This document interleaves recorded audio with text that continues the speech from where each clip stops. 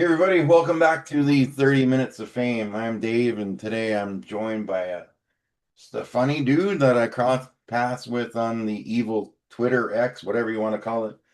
But this is Lars, Callieou. I'm sorry if I'm saying that wrong again, but I'm horrible with pronouncing names. Yeah, close enough. Callieou. Edmonton's cleanest stand-up export. That I mean, to Oh. hear anything being clean from Edmonton, that just shocked me right there. Welcome to my little show. Hey, thanks for having me. I saw a couple of episodes, so I'm familiar now. Yeah, I don't know if most people say they've watched the full episodes, but I'll give you a test on the end to see if you really have. It's my little trick question, but if you're ready, some two people have been ready for it, but we'll get to Oh, it. nice. Professional mouth clown. What the heck does that come from? And It makes me laugh. I think comedians, good ones, don't take themselves too seriously. And there was a comedian that I worked with many years ago. He's a German comedian in the U.S., so I think he has dual citizenship, but lived in Germany for many years. And I think I can credit it back to him. Anytime I've ever been asked, I've credited it to him. But it was just it entertains me to not take myself seriously. We've had a radio show on a local university station for 20 years, and the show is called Comic Genius with a J. So everything is a little tongue in cheek. So so mouth clown is like, hey, we're clowns. Just a mouth clown is funny to me as far as a descriptor of a comedian. So yeah, I just love it. mostly to entertain myself and not take myself too seriously. Well, you got to, right? I mean, my very first episode I put on this podcast, I got this guy message me in all capital letters saying, dude, I'd rather sit in the dentist office for 4 hours and just listen to background noise than listen to your stupid Newfie accent. And I'm like, wow, what a start. Your fan mail is weird. Yeah, I get some messed up messages, but I shake them off. And I had one. Uh, this was oh man. So years ago, before, I mean, probably right around the time like MySpace was a thing, Facebook, there was a group of us that would meet once a month. It was a couple of hypnotists and a few business people, and we decided we would all pitch in and do like a 10 or 20,000 person fax out. So you can send out faxes to like 10,000 different fax machines. It's like ad, right? So we sent out like, if you need a comedian, if you need a hypnotist, if you need a realtor, whatever. So we all chipped in for this. Sent out, God, I don't even remember what the number was. It was huge. Like, let's say 20,000. So we sent out 20,000 faxes for anybody. If you need a comedian, if you need anything. And I got one email. And the email was, please remove me from your fax list. That's the only. Hey, so if people are listening, I mean, that's a thing. If somebody takes the time to send an email, it was P.T. Barnum who said there's no such thing as bad press. But it'd be like, I don't want to listen to your newbie accent. I told when we started a radio show on CJSR in Edmonton, 2006, and we played a David Spade episode, David Spade clip, and a guy phoned in and was like, "Never play David Spade. I hate David Spade. Never play David Spade." So we went 3 or 4 years without playing a David Spade clip. I'm a fan of David Spade. I think he's great. So we played a clip 4 years later, and the guy phoned back in and what? said, "I thought I told you never to play a David Spade clip." Wow. And I was like, "That's commitment." I mean, he was paying attention the whole time. So, if nothing else, you've got somebody listening. If they hate your accent, maybe it'll be like Howard Stern, where they tune in, even though just to be annoyed. You know what? Some of the people that watch the most are the people that hate you the most, and I just it doesn't bother them anymore. I got my lady and my 12-year-old daughter. They're my noise canceling headphones. So any of that shit, I just Yeah, man. laugh. I laugh Yeah. and move Anything on. else? Right? You got to. Nothing else matters. Nothing else matters. So you went on tour with Joan Rivers twice, 5 times actually. I worked with five her times. once in Edmonton, yeah, and then toured across Canada with her the next 4 times she toured across Canada. Yeah, she was. Somebody asked me yesterday. Actually, I was having a conversation yesterday. They said, "Who do you think is your favorite comedian?" And I thought about it. I said, I'd have to say Joan. Um, I was really lucky, got along with her tour people. If any of your fans are a fan of Joan Rivers, there's a great documentary about her before she passed away. It was called A Piece of Work. It's on YouTube, so they don't have to subscribe to anything, but go watch A Piece of Work and you will see how truly dedicated she was as a comedian. She had every time I toured with her, she had a new 20, 30 minutes every time. And there were lots of stories. She was in Seattle and she asked a couple of comedians, who's the best writer in Seattle? Who's the best writer comedian here? And a few people said Brad Upton, and she said, give me his phone number. And she would phone the best writer in whatever city she was in and hire them to help them punch up some of her material and work on Wow. new material she was working on. So every place she went, she would sit down and just go over it with somebody that was well respected in the industry. And Brad Upton, he's gone huge. I think he's the most viewed comedian on Comedy Bar, Hmm. but he was helping Joan write for years before he ever blew up on that platform. And I've known Brad Upton since 2008, and he is a hell of a joke writer. And that's how Joan would work. If something she was working on, she would be diligent. And the amount of new material that she had every year was incredible. And here's somebody who, when they passed, she was 81 years old and continuing to work at 81. She was hysterical. She and showed all kinds of love for anybody who opened for her, and all, like, she was incredible. So yeah, Joan was amazing. They invited me to her funeral. Wow. Um, yeah, yeah. It was it was funny. Um, I got a lot of requests from TV stations after she had passed away, and they said, "Hey, do you want to talk about Joan?" And I turned them all down. I turned every single one of them down. I said, "I don't want to, I don't want any kind of fame because one of my friends passed away. That's not how we want to do this." And I turned them all down. I talked to 630 Ched in Edmonton, Jalen Nye, who's an actual friend, and I said to her, like, "Look, I've said no to everybody because I don't. That's not. I'm not on somebody's coattails. I've been doing this a long time." So when Bob Saget passed away, I got a lot of the same phone calls, and I said no to them all. And then I thought, wait a minute. 2022 he had passed away. I said, I will do the interview. I will talk about Bob Saget, but we can only discuss one thing. I said we can talk about how great he was as a comedian, and the staple in everybody's lives for many years. I said we can only talk about the money he raised for scleroderma research. Wow. So he had a sister who passed away from scleroderma, and every year he would do a big fundraiser, and he raised over $25 million for scleroderma research. And a lot of people didn't know. He was discovered by Rodney Dangerfield. He was a pallbearer in Rodney Dangerfield's funeral. He was just, I mean, a legend. Like America's Dad and Funniest Home Videos and Entourage and all that. But he did, anytime anybody had been, had scleroderma, he would meet with them and talk to them and take time with them. So I wanted people to know the research that he did. So I said yes to a few interviews, but I said to them, we can't, I don't want to discuss me. Don't even mention my name if you don't want to. Just talk about how much money he raised for this cause that was close to him. So the Joan ones were easy to turn down because everybody knew, when she was an icon. I will say this, I did shed a tear. I did shed a tear. Um, they didn't put her in the in memoriam at the Oscars Oh, that year. yeah. And she founded the red carpet talk. Nobody did Yeah. the red carpet talk. What are you wearing? Who are you wearing?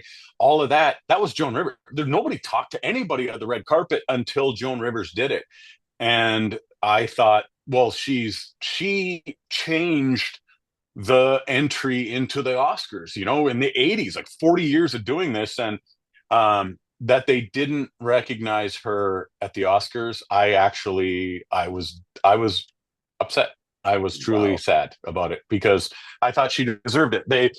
She had done some work on Broadway and was always a huge supporter of theater. So Broadway said they weren't going to. They do a thing where they dim the lights on Broadway when somebody of note passes. They dim them, and they said they weren't going to for her, and there was a bit of an outcry. So the Broadway in New York did dim Wow. the lights. But the Oscars didn't. How do you not put her in the in memoriam? How do you? I don't even know. By the way, It's to see your, insane. so I wanted to wear this hat, but it's I can't pull off a flat brim. I'm 50 years old now, so I can't. There's no way I can pull that off. Look like the biggest dork in the world. So to your fans and watchers and listeners, I'm sorry, I can't. That looks it's too dorky. I can't pull that off. I'm not cool No, enough. just jumping back to Bob Saget there for a second. I love hearing stuff like that because the fact I didn't even know that, that's how you know it was genuine. And he didn't always have a camera crew there for the big pats on the back and the publicity spots. I got to meet Chris Cornell, and we're going to talk about your shows with veterans though, but he that man loved the troops. He had some family things there, but three times when he came to Calgary, he'd send me tickets like to bring troops to his shows. Yeah, And his last show in Calgary was just him and his guitar, and he's like my favorite singer in the entire world.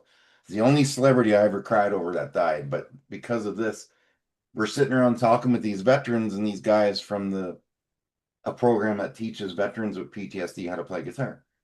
Right. So cool. Chris is talking away to me and talking away to these guys for 45 minutes straight before a show. And his security guard's like, come on, we got it. He's like, piss off, right? He kicked the security guard out of the room. But he made a pretty big donation to this program, and he's like, I want this anonymous. I don't need a camera crew. I don't want a picture. There's no picture of the check. I just want to help these guys out.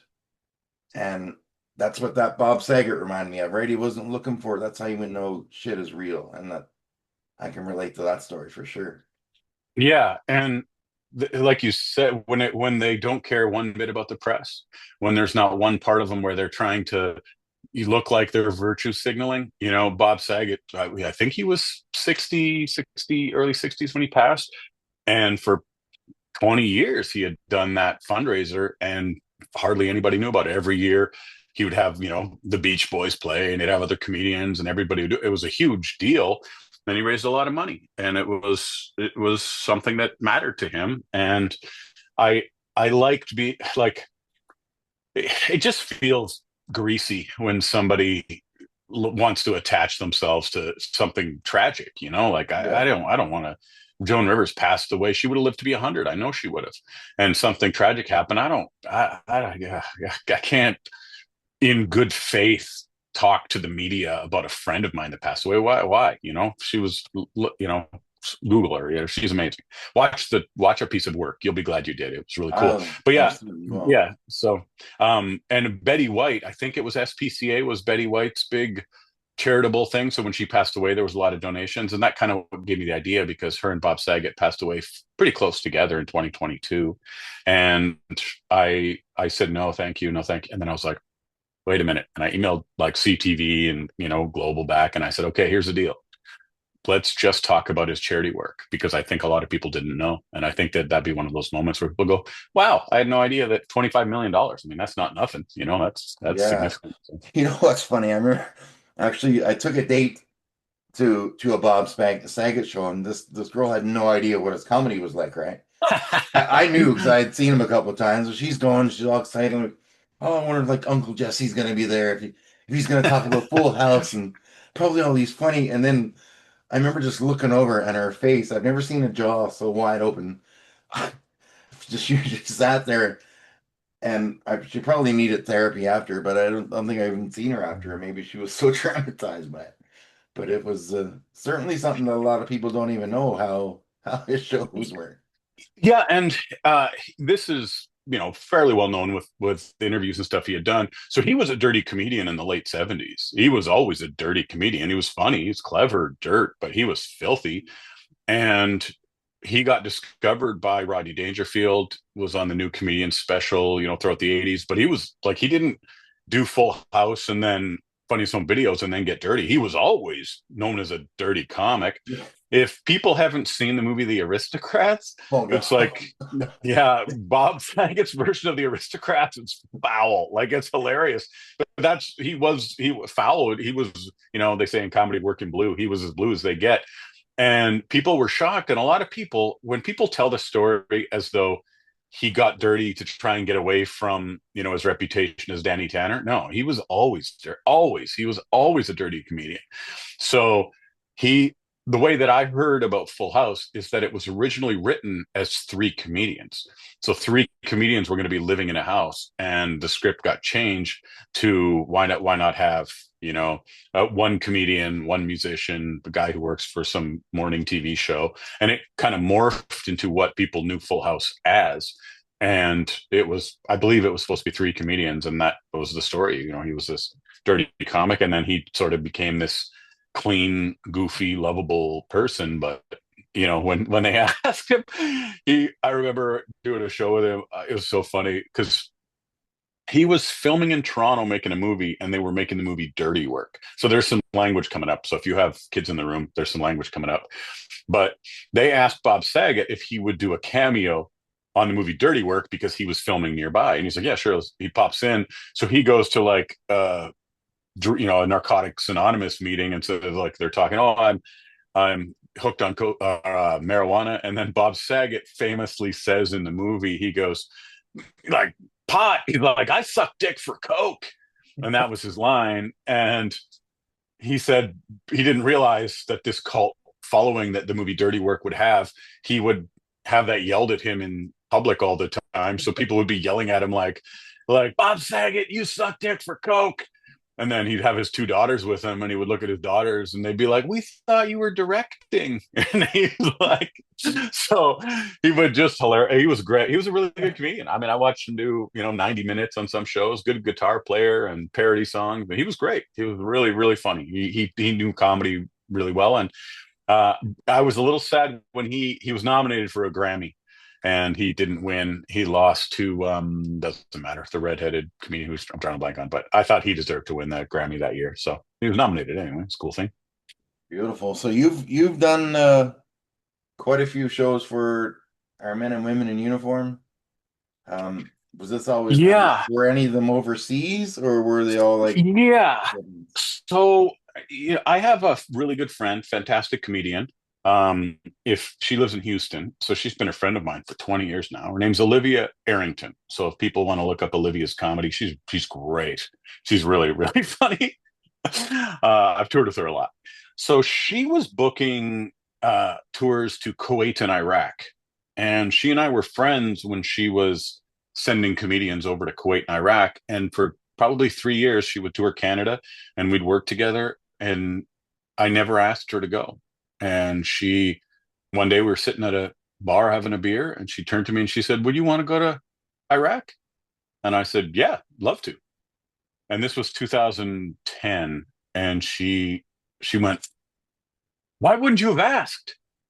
And I said, Olivia, everybody asks. If I was funny enough, you'd ask me. I'm not going to bug you for something. I'm not your friend because you have something I want. I go, I'm your friend because you're a cool person to hang around with. And she said, you're on the next tour. So 2010, I did Kuwait and Iraq. The first trip over there, so you fly in commercial into Kuwait. So you fly United Airlines into Kuwait City, and then you go to an American military base, one of the ones that's being bombed right now by Iran. There's two big American military bases in Kuwait, and then they fly you on a C-130. You fly on a Herc into Iraq. So you fly into combat zones. And we did the first year, you're there for 12 days. We did 23 bases in 12 days. So you'd wake up in the morning, you'd have breakfast. They no longer call it a chow hall or a mess hall. Now it's called a DFAC dining facility. So you go to the DFAC, breakfast finishes at like 7:30. So you got to get up.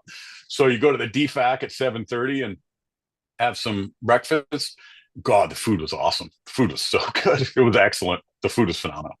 So then you get on Black Hawk helicopter and you fly to a base. And right after lunch, you do a show for them on that base. So you'll do a show around 12:30, and then you'd get back on a different Black Hawk, or that Black Hawk you came in on, and then you'd fly to the next base and you do a show right after dinner. And we did that for 12 days. We did almost 2 shows a day. And then the second time we were there, the first time we did almost all south of Baghdad. So if you're looking at a map, we did 23 bases south of Baghdad. and then we were right on the Iran-Iraq border for a couple of the shows, and then the second tour I did with her in 2011 was mostly in Baghdad. There's a whole bunch of different little bases in Baghdad, so we did a lot, and then we got trapped by a sandstorm in Baghdad, so we couldn't do as many shows. And here's something I never thought of. So when there's a sandstorm, so the wind picks up and there's just a sandstorm, like just like you've seen in any movie, The Mummy, whatever, like you see a sandstorm blow in, but then it started to rain and the rain hits the sand in the air. So it ends up when the raindrop hits you, it's mud Oh because my it's picking goodness. up the sand. So I have some cool pictures of a mud storm. Like as the raindrops come down, they become a little drop of mud, and you're just getting pelted with mud. So we did, and then 2014 or 2015, we did Dubai, Abu Dhabi, and Kyrgyzstan. Kyrgyzstan was the only country in the world that had both an American and a Russian military base in the same country. They were the Wow. only country that had that. People can fact check that if you like. Let us know in the comments if I'm accurate. I'm pretty sure I am. Kyrgyzstan, and then that show was funny because normally you land and you have like half a day. Like you land if you land at 7 o'clock at night, the show's the next day. But we landed at like 6:30, and they were like, "The show's at 8." And I thought, oh, like tomorrow, and they're like, "No." Like 90 minutes. We Oh just wow. flown like 30 hours. And I was like, oh shit. So it was a good show. It ended up being a good show. But we were like, oh, okay. So Bishkek was the name of the city in Kyrgyzstan. So we were in Bishkek, based there. And then Russia paid Kyrgyzstan to kick the Americans out. So that base, the Americans packed up and left less than a year later after we had done that show. And then I one of my shows that I wanted my whole life, man, I wanted this show so much when I heard about it. Was Canadian Forces Station Alert. So it's the Oh, northernmost manned outpost on the planet. It's the North Pole, basically. Now, the magnetic North Pole is in the Arctic Ocean, so it's the edge of the edge of the edge of the land as far as you can get. And I remember when I had heard about the show in 2010 or 2011, that if you walked north past the base, you were the northernmost human being on the planet Earth. wow. So we went out a couple of times and we ended up getting stuck up there because of a little bit of a blizzard. It's a desert. There's not a lot of precipitation, but there was a little bit of a blizzard going on. So we got stuck up there for 3 extra days, and they would try and keep you busy. And hey, what do you guys want to do? And every time they asked, I said, I want to go to the north edge of the base. So they would drive you out to the north edge of the base. And then it was so funny. I'd be like, you're the northernmost, like on the entire planet Earth, 8 billion people. You're the person that's the most north. And Wow. it What was a like, you're the top of the world all by yourself. So that one was pretty cool. And we did a show in Turkey on the back of the HMCS Toronto, Canadian naval frigate. And I will say, I don't recommend drinking with the Canadian Navy. Oh my goodness. That was the most hungover I've ever been. If you're a part of the Canadian Navy and you're listening to this, you guys handed me my ass. And I can drink, but I cannot drink with you guys. I will say that right now. Like, oh God, I thought I was gonna die the next day. Moose's milk. Oh, the Canadian Navy invented a thing called Moose's milk, and it's don't do it. Just run away. Like it is. Oh God, that was I, a hangover. That one. I gotta tell you something crazy that popped in my mind. You were there in 2010 in Iraq, and one of my closest military friends, he's in the U.S. Army. He's retired now, but because of I used to send over the guys coffee, right? In Tim Horton, they had Tim Hortons in Afghanistan, so we'd send the care packages from home. And these U.S. guys got hooked on Tim Hortons donuts. So then these guys were stationed in Iraq, and they're like, "Do you have any more of those brownies that lady sent?" Because this lady used to send like vacuum sealed brownies that would last any fob unit, even in like the Afghanistan heat. Yeah. So I contacted this lady who used to work, but we sent him over a box. So I was like, dude, we're gonna fly a flag for you. So I have a flag in my basement, U.S. flag, with a plaque from 2010 in February. I don't know what time of the year you were there. I think it was February. But I remember him saying to me, "This flag is. I'm going to take it down tomorrow and send it back to you." But I got to go because there's a bunch of comedians coming to perform for us. Oh, cool. But wouldn't that be cool if that was that exact same base that you were at in 2010 in Iraq? I've got the plaque. I got a picture up. I'll show you it after. And that's Yeah. kind of cool. The connection, how you never know what paths are going to re-intersect, right? So that's kind of cool. Yeah, and we got to a lot of bases in 2010, so there's a good chance that we were at theirs if they're south of Baghdad. If he's south of Baghdad, chances are we did a show there.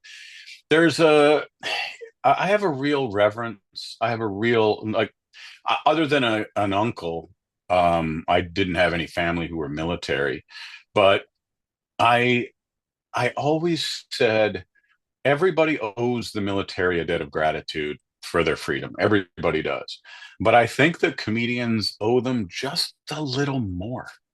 Like we owe them just a little more than everybody else because we have the freedom to get on stage and say whatever we want. And somebody charged up a hill for us to have that freedom. Somebody was away from their family. Somebody paid the ultimate sacrifice. So when we've done those shows, it has been the greatest honor of my career. And it's not even close. Like if I've done 35 or 40 shows for the military, they're the biggest honor I've ever, like, there's nowhere I wouldn't fly for them. There's nowhere like, so there, yeah. If you're military and you listen to this, man, I'm so grateful for your service. It means the world. And we signed a lot of autographs. You'd sign autographs for like everybody on the base after they'd have posters. You'd sign them all.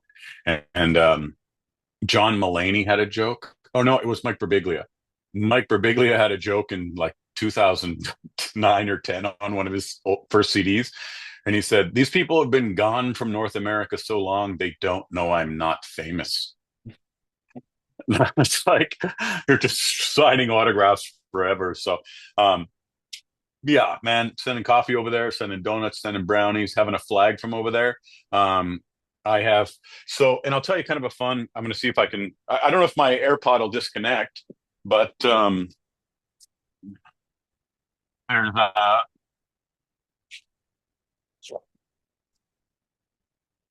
my challenge coins.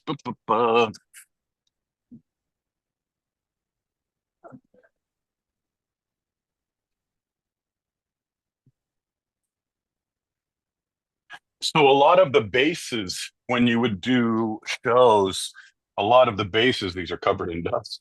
I've been meaning to put them up in my office. They would present you with something from the base. This is FOB Callieou, forward operating base Callieou. That'd be cool if that was the one your friend was on. Um, oh, this is the one from Kyrgyzstan. So, this is Kuwait. So you'd be given all of these different, and some of them were handmade. Some of the things. And are you familiar with challenge coins? Do you? Oh, I've got a bunch. I've got one from a firefighter that one of 100 of 9/11 coins that were made. That's very sacred to me. Yeah, Just the yeah, feeling, yeah. yeah. So for the viewers or listeners who are not too familiar with challenge coins, so a lot of the military bases started in World War One. So the history of the challenge coin is kind of interesting, and the reason that it's called a challenge coin is because if you were from like a platoon or from a base, you'd have to have your challenge coin on you if you were somewhere where they served alcohol. So you could challenge somebody. You would say, "I challenge you. Do you have your coin?" If the person has their coin, you have to buy them a drink. And if they don't have their coin, they have to buy you a drink. So that's the challenge coin, is that you would challenge people as to whether or not they were carrying their coins with them. So you get presented often by the commanding officer of the base. So after you've finished your show or done whatever you're doing there, they come over and they put the coin in their hand and they shake your hand, turn the hand over, and the coin gets placed into your hand while you're shaking hands. So getting presented with a challenge coin from at the end of the show is, like you said, it's sacred. It's such an honor. It's, if we have one from, I think, almost every base we did a show on, it's, yeah, man, there's not too many moments in my life that I look at and go, that was it's an honor. it's an honor to have that and to have been there and try and bring a little bit of joy to some people that are trying to make the world a better place. I love it, man. I've got three tattoos on me. Three of them, they're all gifts from veterans. Just because of the work I did and stuff, and three birthday gifts. So just real quick, I got the poppy on my hand there. Nice. Yeah, this is like 26 years old. It's the old decals of when they first came out. Yeah. And then Right this on. one here, a veteran did this because boxing saved my life, right? Like from PTSD and stuff.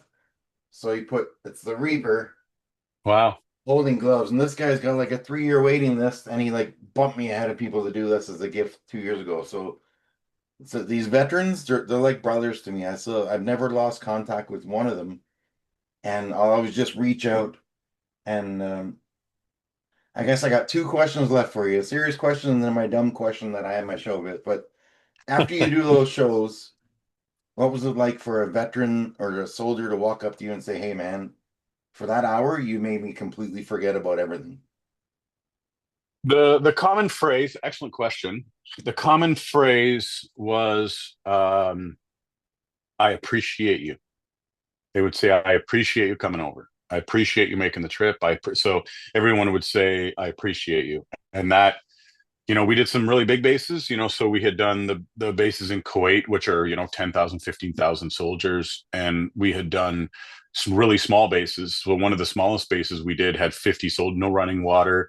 They eat, if people here know MRE, like a meal replacement. So you like rip open this thing and then it cooks itself because it's like they're the worst tasting things in the world. And these guys live on this base for 6 months with like no cooked food, just MREs, oh God. So I feel for those guys, men and women who do that. So, you know, I thought going over there the first time, I thought that it was a matter of bringing home to them. I thought it was I'm bringing home to them. And it wasn't that. It wasn't that. And I had a moment. So to answer the question, you felt appreciated. You, you felt, you felt like you were genuinely appreciated. Um, Really changed my perspective, to have gotten to as many bases as we did in 2010. If you watch Michael Moore documentary about how they recruit people from poor neighborhoods, and everybody who's over there is just trigger happy and wants to blow stuff up and shoot things. And I went over there a little bit with that attitude. I've toured a lot of the US, so I really thought that it was going to be a lot more sort of disadvantaged people that needed to get out of the neighborhood and do that. And it wasn't it wasn't that. And it was so funny because I bet you I was there in February of 2010 because I did Just for Laughs in July of 2010 of that year. And I was, they were all family people. They were men and women, husbands and wives, daughters, sons, parents. They were just doing a job. They were trying to make the world a better place. And there's whether or not BlackRock and Cheney and Bush and blah blah blah. The people that were over there were trying to make the world a better place. And I did not meet one person that was over there because they wanted to shoot shit.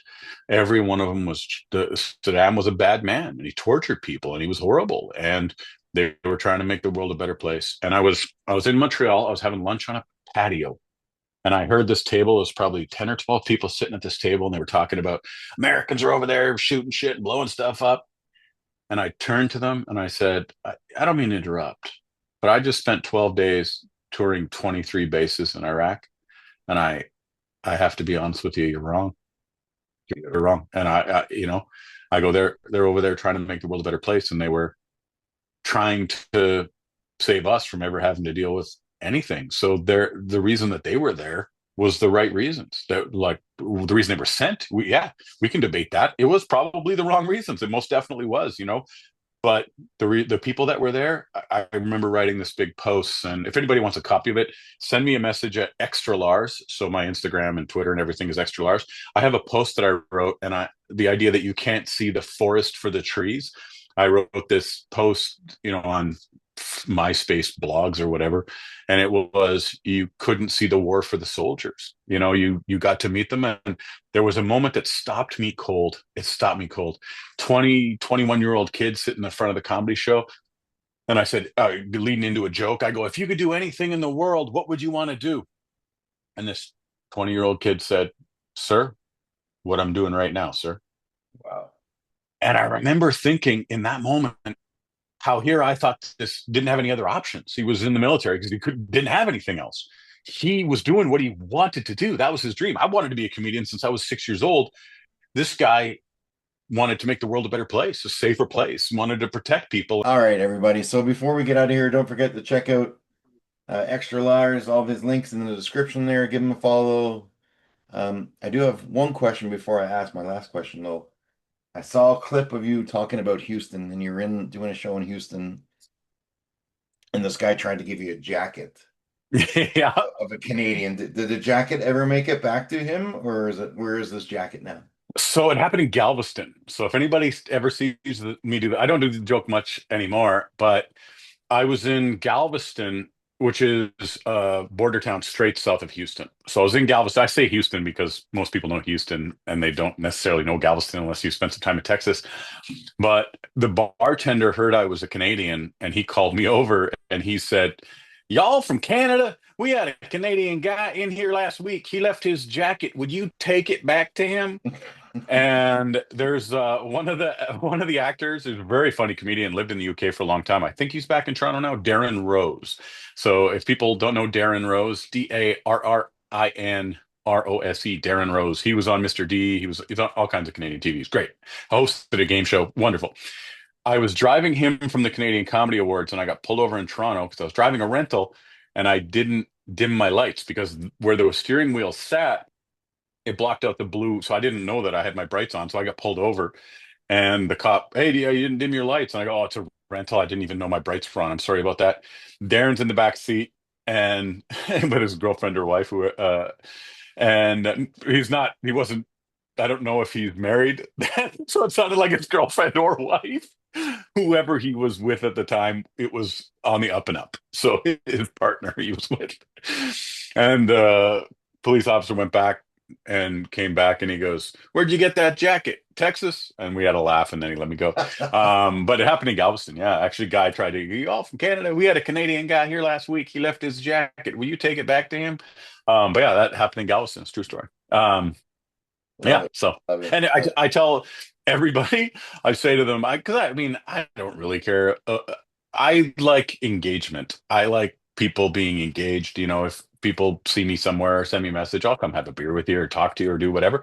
So I say to everyone, especially the young people, I said, if you go to Extra Lars on Instagram or Twitter or TikTok, wherever, I follow everybody back. So follow Extra Lars on Instagram. I will follow you back, and then you can unfollow me, and you will gain a follower. So you can run up your numbers. I don't care. All right. My goodness. All right, my final question.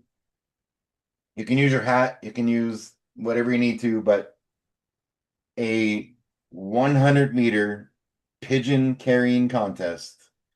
How many pigeons could you fit in your arms and still have left in your arms at the end of the race? Now, how many other people am I racing? It's just you and the pigeons. Just me and the pigeons. Okay, so it's just a timed race. Right. So, as somebody who's fond of pigeons, I travel a lot. So, hey, I like pigeons. I like to think that I would have something that they would want. So I'm going to say, if I'm allowed to use bird seed, I think that I could carry and still have with me at the end 1,133. Ladies and gentlemen, the new number one. You just beat out an Arnold Schwarzenegger impersonator who said he was going to cover himself in birdseed. So the same strategy for those paying attention. But we have a new number one answer out of 130 Yes. plus episodes. And as a fan of your podcast and video cast, when I watched his episode, I deliberately wrote down his number and I beat it by one. Oh,